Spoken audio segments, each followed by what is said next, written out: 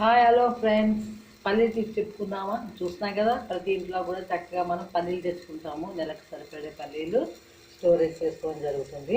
అలా స్టోరేజ్ చేసుకున్నప్పుడు మనం పల్లీలు ఫస్ట్ వేయించి పెట్టేసుకోవాలి. వేయించేసి ఒక లవంగా కానీ పెట్టి స్టోర్ చేసుకుంటే పల్లీలు ఫ్రెష్గా ఉంటాయి. ఎప్పటికప్పుడు మనం చక్కగా కావాలి అనుకుంటే కొన్ని తినడానికి కూడా వీలుగా ఉంటుంది.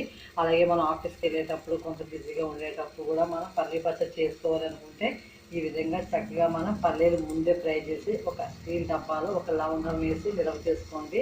అవి తొందరగా మనకి యూజ్ అవుతాయి.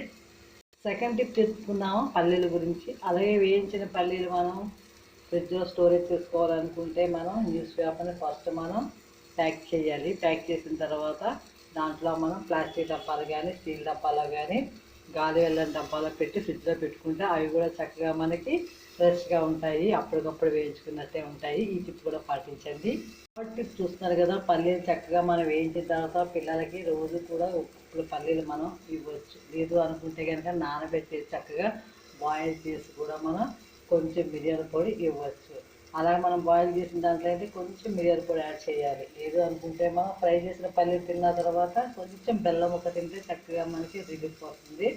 ఇది కూడా మనం పల్లీలు కొంచెం పైచలు చేసే వాళ్ళకి కూడా పైచలు చేయకుండా ఉంటుంది. ఈ టిప్స్ కూడా పాటించండి.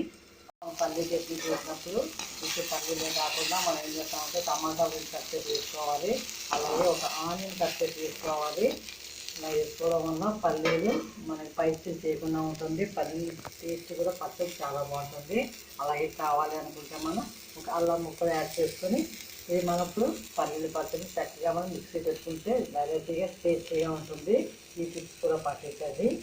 పల్లీ చట్నీ చేసుకునేటప్పుడు మనకి పల్లీలు పైసలు రాకుండా ఉండాలనుకుంటే కనుక జీలకర్ర ధనియాలు ఎక్కువగా వేసుకొని పల్లీ పచ్చడి చేసుకుంటే చాలా బాగుంటుంది. కూడా పాటించండి. పల్లీ పచ్చడి చేసినప్పుడు ఎప్పుడైనా సరే ధనియాలు జీలకర్ర ఎక్కువ వేసుకుంటే చాలా టేస్టీగా ఉంటుంది. ప్లస్ కఫం కూడా చేరకుండా ఉంటుంది. ఇలా ఈ టిప్ పాటించండి.